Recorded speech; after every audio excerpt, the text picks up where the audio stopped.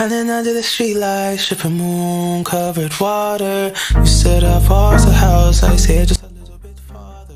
Petit Kanye West, petit Tyler, The Creator, petit Pharrell. Et oui, Kevin Abstract est un personnage un peu si on a suivi un peu sa carrière depuis les années 2010 un peu, et si vous êtes un peu dans tout ce qui est je dirais pas alternatif un peu, mais mouvement contre-courant un peu de ces dernières années, Kevin Abstract est un peu un personnage très important un peu de la musique, je dirais pas alternative, je sais même pas comment décrire, je sais même pas si on peut le décrire. Mais comme vous avez vu un peu les comparaisons que j'ai fait, il a un peu la version 2.0 un peu des personnages que je viens de vous citer là. Et moi, Kevin Abstract, ça va faire depuis quoi, 2015-2016, avec déjà l'album qu'il avait fait là. C'était American Boyfriend, je pense. American Boyfriend qu'il avait sorti, je pense en 2016. Il avait un album encore avant. Et quand on peut le voir, il a un peu un truc qui mixe entre ce que j'appelle la pop rap et quelque chose qui est très pop mais qui est en même temps hip hop en même temps. En fait, c'est comme s'il faisait du hip hop mais avec des influences pop très prononcées.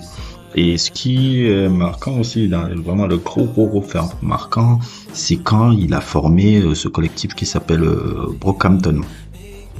Je vous avais déjà parlé, je sais pas si la vidéo est déjà sortie ou pas.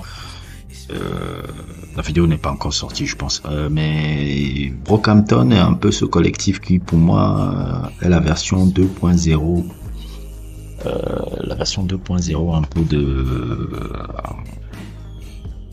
la version 2.0 de Odd Future, NRD et ouais, c'est ça, la version Odd Future NRD, un peu 2.0.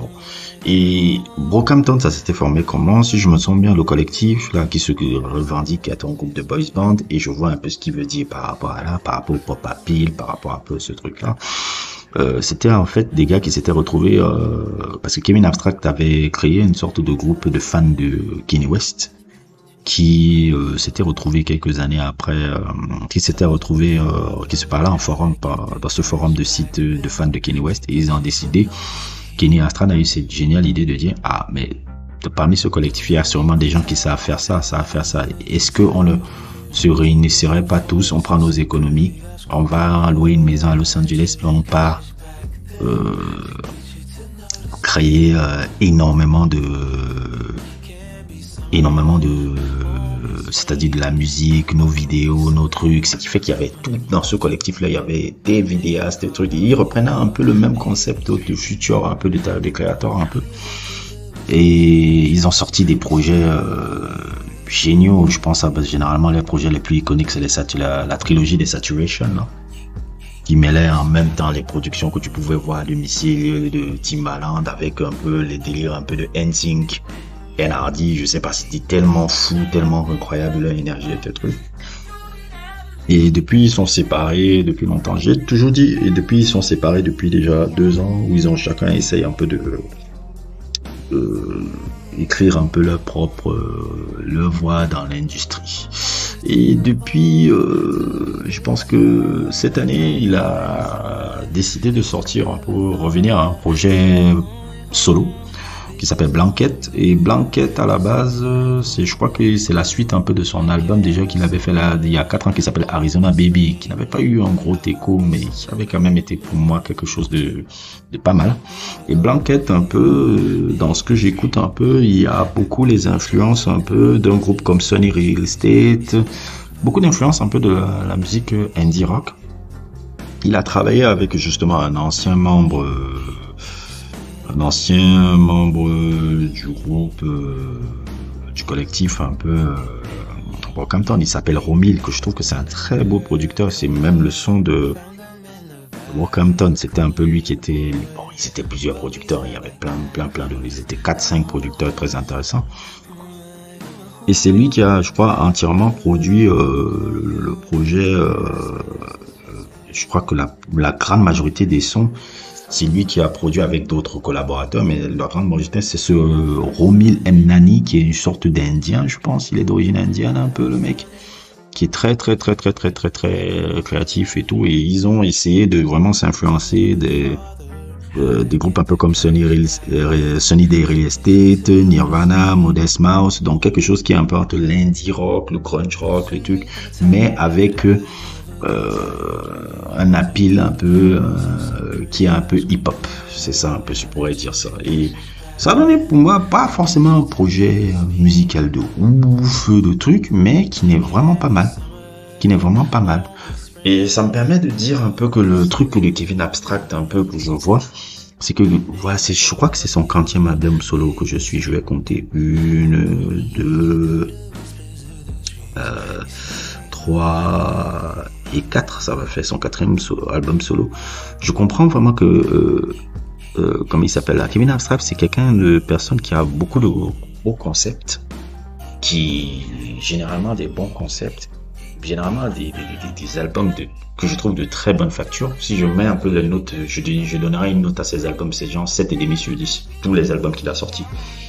Mais je pense que le petit truc qui lui manque pour que vraiment il puisse genre exploser ou bien avoir ce critical acclaim là, si je pense pas si sur le charisme ou quelque chose comme ça. Je pense que généralement dans ces projets, ce qui lui manque en fait, c'est que il n'a pas encore eu une constellation de grosses équipes qui se constituent, parce que quand il est dans les projets Brockhampton, tu vois exactement ce qui manque. Ce qui manque à Kevin Abstract. Parce que quand il y a Brockhampton derrière, tu vois le truc. Je sais pas comment expliquer. Tu vois tous les éléments des qualités qui manquent à tout ce côté fou.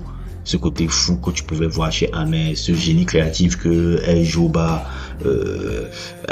Merlin et son côté un peu à la Busta Rhymes là. Tu vois tous ces personnalités là et Kevin Abstract, c'est juste un mec qui a des super concepts, a des très bons albums, mais il lui manque toujours ces petites doses de folie, ces petites doses de moments épiques pour que le truc parte dans une autre dimension en fait.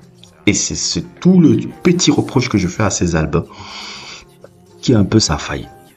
C'est pas forcément une critique, mais c'est juste la faille qui manque. Je ne sais pas comment il pourra transcender ça par rapport à un projet solo s'il veut le faire, mais j'ai l'impression que c'est aussi quelqu'un qui n'est pas juste concentré à faire de la musique. C'est quelqu'un que je vois faire du cinéma, c'est quelqu'un que je vois faire beaucoup des séries télé, conceptualiser même des séries télé. C'est quelqu'un qui a vraiment beaucoup de casquettes que pour être sur la musique.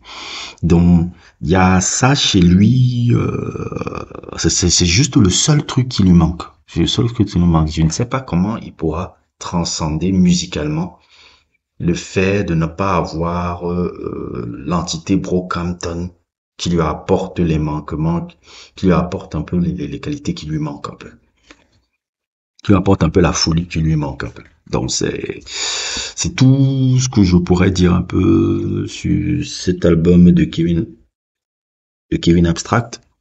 Et je vous le conseille, hein, pour ceux qui sont fans justement des trucs un peu indie rock,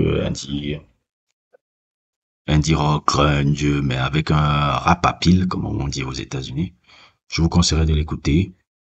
Donc voilà, n'hésitez pas à liker, n'hésitez pas à vous abonner et à plus pour d'autres aventures.